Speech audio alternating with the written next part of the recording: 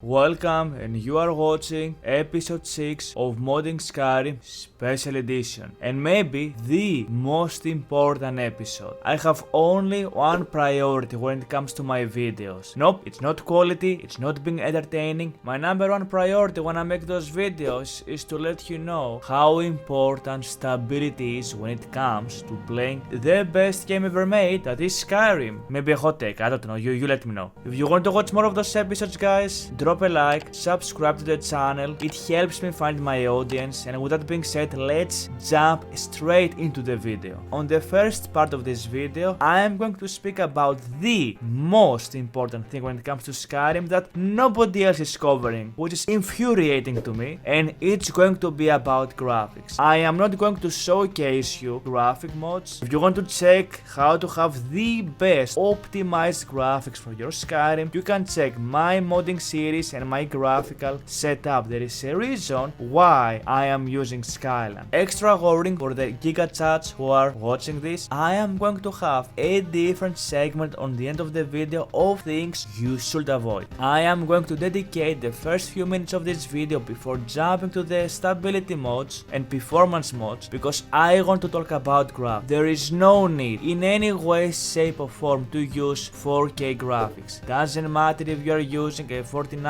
doesn't matter if you have an Elon Musk PC or if you're playing from, I don't know, Sector B from Warhammer. It doesn't matter what setup you have. 4K textures are going to drain your FPS. And you might say, Kavou, everything drains your FPS. But when you compare what you are getting between 1K and 2K textures and 2K with 4K textures, what you are getting from the jump of 2K to 4K, it's so minimalistic that it's not even worth what you are losing. The textures that everybody is using is 2K textures. Now here comes the funny part. There are many great mods out there. 2K textures is what again you should be using, but many famous mods that people like to use out there, they're having unoptimized 2K textures. They might look really nice, but they are not optimized. I'm not going to tell you which mods to avoid because I kinda did that. It didn't go very well. You should be very careful what type of texture mods you are installing. Also, another important thing that nobody talks about when it comes to textures, and this is the last part of it, and we're moving to the mods after this. When you are using custom textures, they drain almost 4 times as much. I made this number up, but it's a lot, guys. They drain so much more of your CPU. My point is, try to get mods like Noble Skyrim or Skyline or Static Mesh Improvement on the UV enhancements. Get mods that pick up the vanilla textures and make them better. Do not put hundreds of custom textures to your Skyrim because it adds up, and again, it doesn't matter what system you have, it doesn't matter how good your PC is. If you're not gonna have a good order when it comes to your graphic mods, you're gonna lose so much FPS. So that's pretty much my yapping when it comes to texture mods. I just wanted to put this out there. Skyline all-in-one, for example, has amazing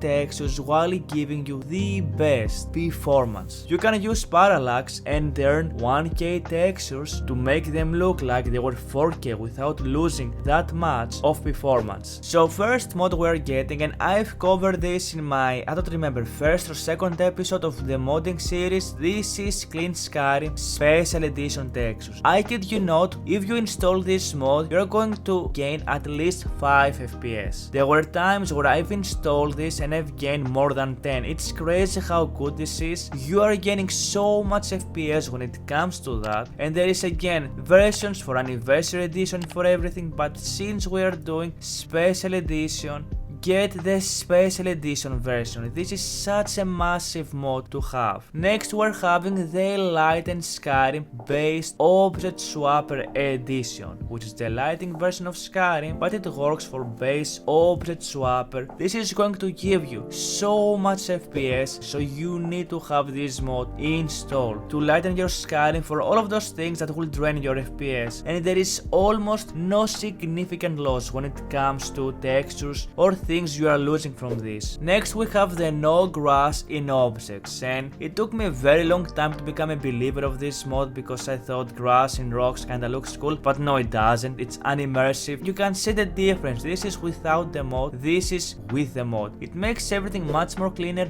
much more better, and I kid you not, you are going to save few FPS with this mod, and again, when you combine all of the mods, you're gonna make your Skyrim so much more stable. Stability is my expertise when it comes to modding Skyrim. Then you have the eFPS series, there is the exterior FPS boost, there is a bunch of those. I will highly recommend you to grab them, but the exterior boost is what we need because most of the time you are spending your time playing Skyrim being in the exterior areas. So this mod is going to fix a lot of things, it's going to give you a minor improvement, and it's a nice little cute mod to have. Now for the more cognitive stuff, we want to get the Skyrim Priority that works for Special Edition and Anniversary Edition to give you a better performance with your CPU, which is an amazing mod to have. It's crazy how good this mod is. Combine this with Skyrim Project Optimization Special Edition to give us again a lot of FPS gain. It doesn't matter which version you're really going to use, it's down to you. Such a good mod. If you're going to grab the ESL version, you're gonna have an issue because when this needs to be patched by other patches or mods, they are not going to detect the ESL version in your Vortex or mod manager. Then we have Ferrari's scripts carefully reworked and optimized. All of his mods that I'm showing you here that he made over many years, and it's going to save you crashes, fix a lot of things, and when it comes to stability, it's going to make your game so much more better. We have the no more Radial Blur. I don't know if I found a mod that does the same thing, but Radial Blur is going to make you lose frames in combat. It's kinda annoying when it happens. This mod again removes that and it's going to save you FPS. It's really good, and I mean, I don't know why people really like this type of features in any game. We have the vanilla scripting enhancements, which as the mod says, is going to fix a lot of issues. What you see here in the background, the car on flames, is what your game was before this mod. And then you want to grab the vanilla script micro optimization on top of that, and you want to put that on your lot order because this is also going to fix some of the stuff that again drain your FPS or drain your CPU, and it's going to make it so much more better. And you want to grab the NVIDIA Reflex support, which fixes a lot of things when it comes to your NVIDIA and how Reflex works, which also drains a lot of FPS actually. And you want to grab the Recursion Monitor too, which also helps you to have a much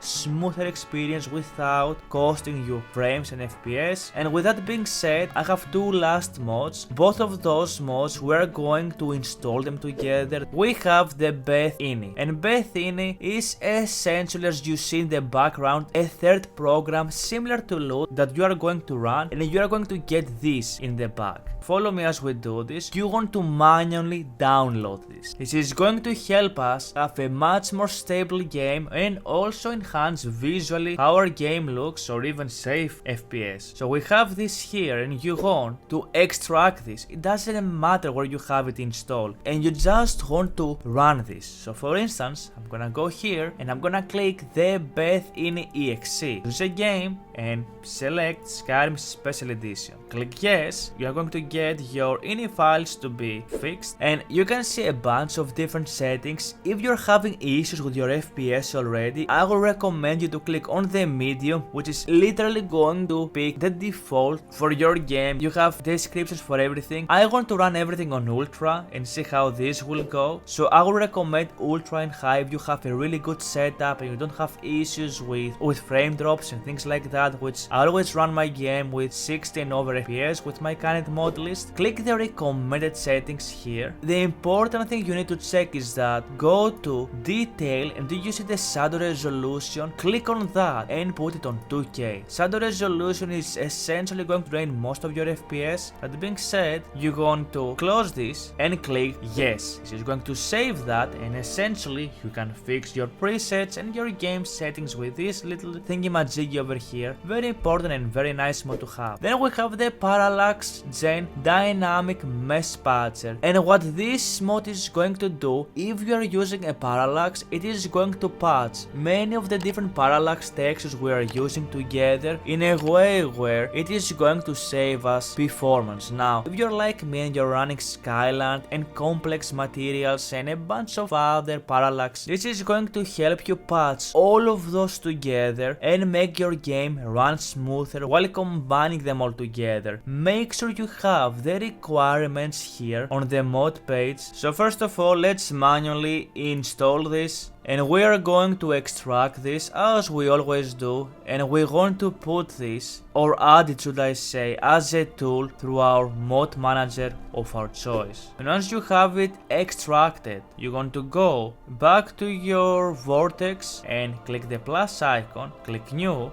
For the name, click Parallax, like whatever you want to name it, and for the target, go to your downloads and click the Parallax Gen. And click the executionable and click save. Now we want to click on that and we want to run it. We are using special editions, you can see, and we're getting vortex. If you're using mod organizer, you can do that. And on the right, make sure you have all of those things checked. Make sure to use true PBR because we are using community shaders and complex parallax materials. As you run this, make sure to also click the upgrade parallax to complex material and also fix here where you want this to be stored. This is going to take, similar to download, maybe 10 or 15 minutes. Here is how it's going to look. It's very similar to download. And what you're going to do, you're going to go to your vortex, mod manager, or your microwave, whatever you have, and grab this, which is the file we are getting after dispatching, and put it here in Habuya. Here you go, and it's ready. The Parallax Gen tool, which is going to save us FPS, is going to make everything look even better. And if you followed my videos where we are using a mix of Noble Skyrim and Skyline and complex materials with parallax stuff and community shaders, this is going to mix everything together. And because Skyline and Noble Skyrim look so nice together and so close to how vanilla should look, it's going to make your game even better and again to run smoother. Let's speak about some general stuff about some things you should avoid. Some big mods that again I will highly recommend you not to use. First of all, Enhanced Plat is a very cool mod that many people keep downloading the main file, and the problem is if you are going to download the main file, you're gonna have a lot of problems, crashes, frame drops and everything with your game. So what you want to do, you want to always use the Lite version, otherwise your game is going to be cooked. Another mod that is extremely scary is Wet and Cold. This mod uses a lot, and I mean a lot of scripting, and it's going to slow your game while causing problems like again frame drops. Just replace that with Rust. It is a much more better mod. It works with shaders, it doesn't run as many scripts. It is absolutely a must of a mod to have. Then you have the Open Cities of Skyrim, which is again another mod that is going to literally destroy your game. I know the concept of open cities is really nice, but sadly loading screens is something that is limiting us when it comes to Skyrim. That's why we cannot get bigger cities, because if let's say we had a Whiterun that looked 3 times the size, our game will not be able to load all of this crap, which is why Skyrim is so dense. So avoid this mod. Another mod that is really important, and I actually made the mistake of that in my previous video, is footprints. I'm terribly sorry for that guys, but you should never use footprints.